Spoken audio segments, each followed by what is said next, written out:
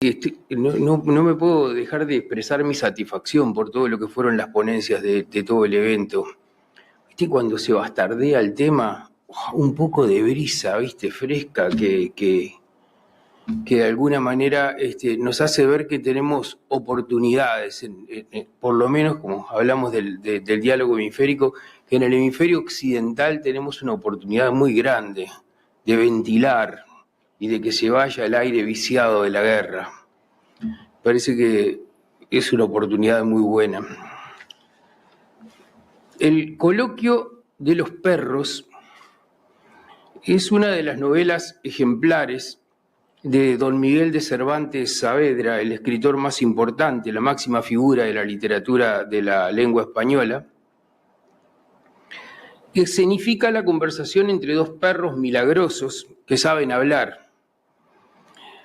Uno de ellos, llamado Berganza, se cruza en la vida con una anciana que una noche en su habitación ofrece un monólogo donde se revela como bruja. Y entonces narra sus viajes aéreos, sus maleficios, sus pactos y sus amoríos con el diablo. Y una de las razones que esgrime la señora Cañizares, tal era su nombre, para justificar la práctica de la brujería, es la curiosidad. La curiosidad, junto con la imaginación, es la puerta de entrada para el diablo. Cañizares señala que su voluntad está constreñida por el deleite, que la tiene encadenada, impidiéndole mejorar hacia algo bueno. Dice, todo lo veo y todo lo entiendo, y como el deleite me tiene echado grillos a la voluntad, siempre he sido y seré mala. Y abunda.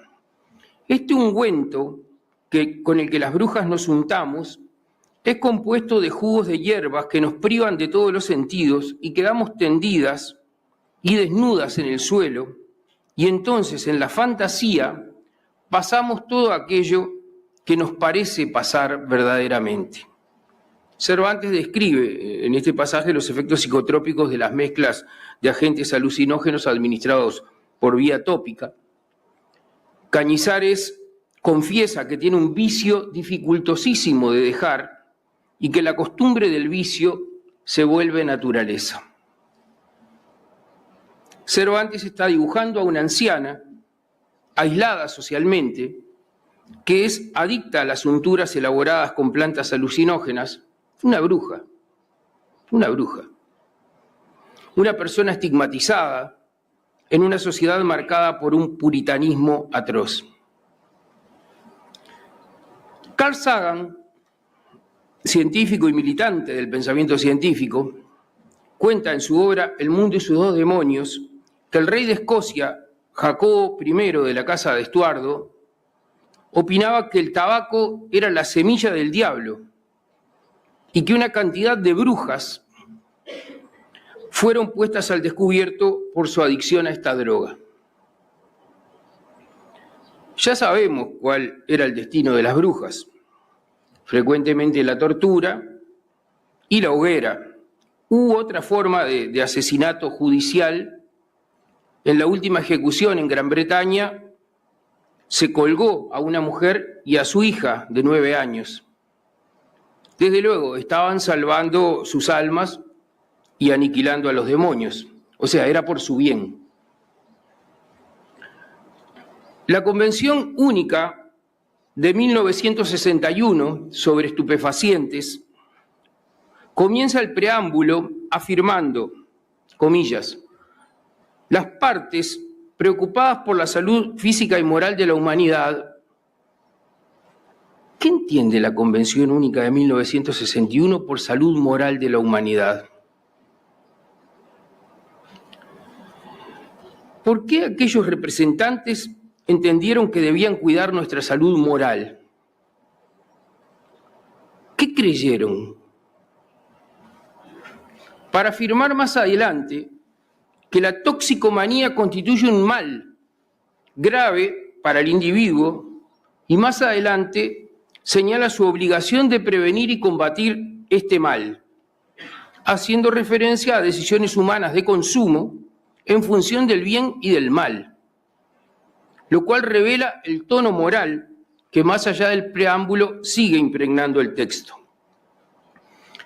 Hasta el día de hoy, esta es la característica de muchos discursos y de la mayoría de las acciones que, aunque se vistan con ropajes caritativos, siguen expresando una vocación liberticida y la demonización de algunas conductas humanas asociadas con la gestión del placer.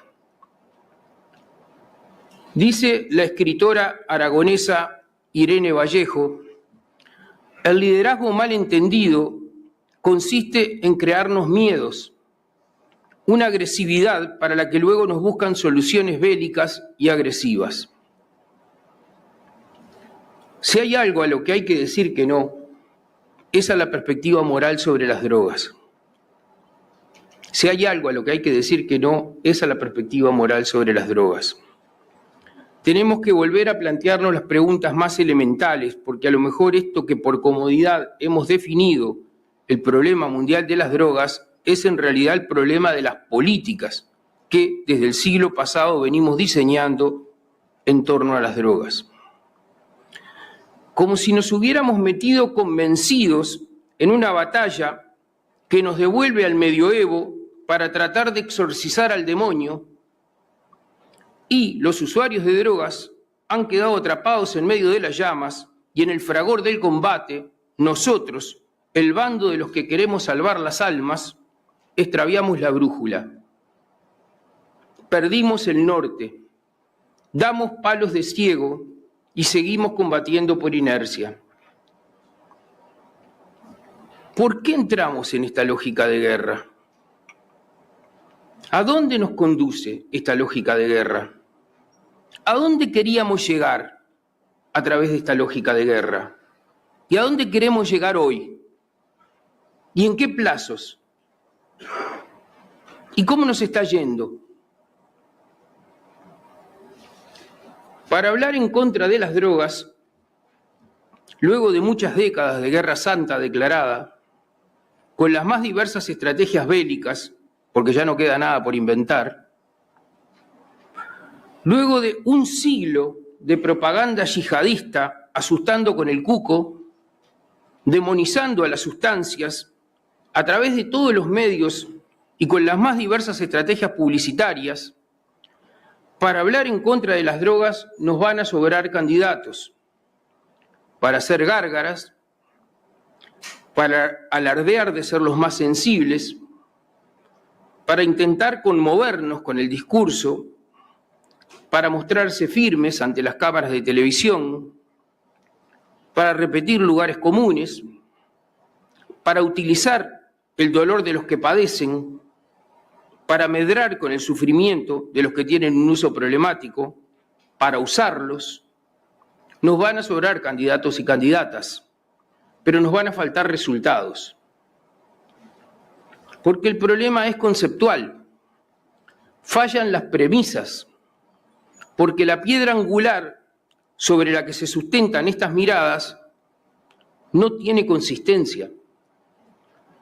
Porque por mucho que hagamos discursos autoritarios y por más que engolemos la voz o pongamos cara de enojados, la realidad es porfiada y siempre se impone. Y ya solo por eso deberíamos obligarnos a abandonar los prejuicios y mirar los datos.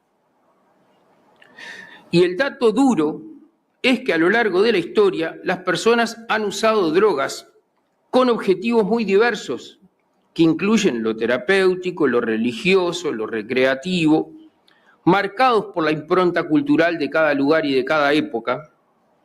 El dato duro que la realidad nos devuelve en forma incontestable y cruda es que las personas usan drogas desde que existe la humanidad y lo seguirán haciendo, independientemente de nuestros deseos, de nuestras creencias o de nuestra vocación por censurar las conductas ajenas. Hay personas que consumen sustancias y consiguen experiencias placenteras, en algunos casos hasta espirituales. Hay personas que consumen sustancias de manera medida, hasta podría decirse responsable, todos podemos vincularnos mejor o peor con ellas y podemos aprender o no. Y también podemos caer en un pozo sin fondo de soledad y de depresión. Y es por eso que como comunidad tenemos el deber de diseñar intervenciones sociosanitarias para trabajar sobre los factores de riesgo y sobre los factores de protección, procurando, en primer lugar, evitar los consumos tempranos, prevenir los usos problemáticos y mitigar las consecuencias y los efectos tanto de orden físico y psicológico como de orden emocional.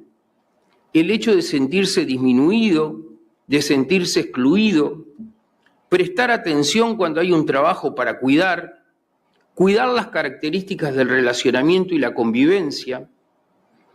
Y se necesitan además acciones dirigidas también a sus referentes socioafectivos, particularmente a la familia, que pueden llegar a tener un rol central en el acompañamiento, en el camino de retorno, para que las personas puedan desarrollar vidas más plenas, más sanas, más capaces, para que puedan hacer más cosas, para que puedan producir más afecto, para que puedan vivir en armonía con la comunidad.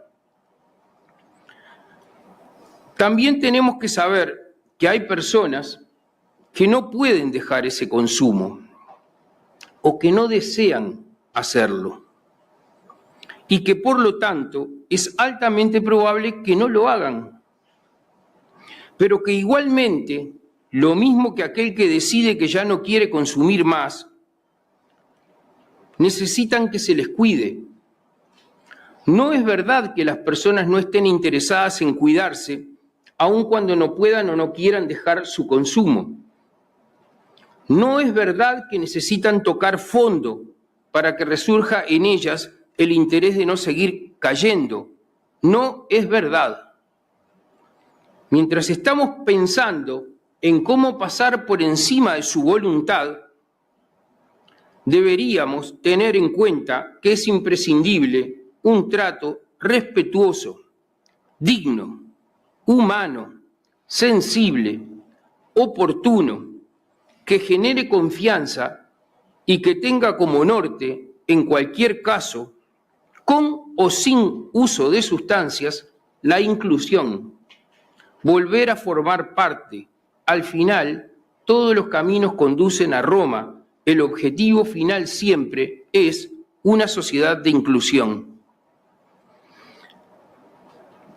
Por todo esto, deberíamos tener mejores respuestas para los problemas vinculados al consumo, servicios de calidad accesibles y coordinados, y al Estado reforzando el escudo de protección social, para que quienes han visto comprometida su libertad de decidir vuelvan a reconocer en el mundo un lugar valioso, para que resistan el adormecimiento que les propone la cultura de la instantaneidad, el adormecimiento al que los somete el presente infinito, donde los planes de futuro molestan, porque tener recursos para salir de la trampa laberíntica donde no hay futuro implica la posibilidad de proyectarse, de pensar más allá de la voracidad del momento, de construir la esperanza, que a mí me parece que es lo que en algún momento se quiebra.